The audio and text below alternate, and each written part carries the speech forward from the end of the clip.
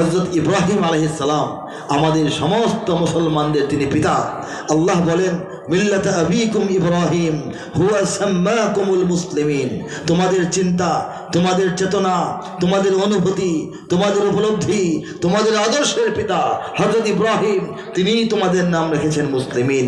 এই যে আমাদের সকলের পিতা, তার যিনি পিতা ছিলেন তিনি কিন্তু ঈমান নসিব তার হয় নাই, ঠিক কিনা বলেন?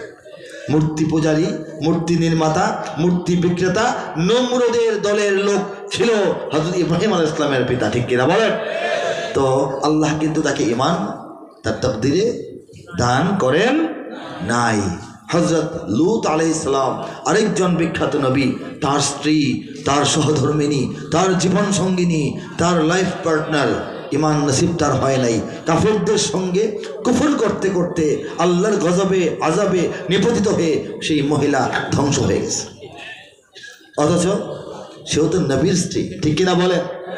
তার ভাগ্যটা হযরত খাদিজাতুল কুবরার মতো হয় নাই, কথা ঠিক কিনা বলেন? আমাদের নবী, শেষ নবী, বড় নবী, উঁচা নবী, মহানবী, বিশ্বনবী, আকায়ে নামদার, তাজদারে দু আলম, সৈয়দুল মুরসালিন, খাতামুন নবিয়্যিন হযরত মুহাম্মদ মুস্তাফা মুরতাদা মুজতাবা সাল্লাল্লাহু আলাইহি ওয়াসাল্লাম, একসঙ্গে বলবো সাল্লাল্লাহু আলাইহি ওয়াসাল্লাম, জন্মের পূর্বে পিতাকে হারিয়েছেন।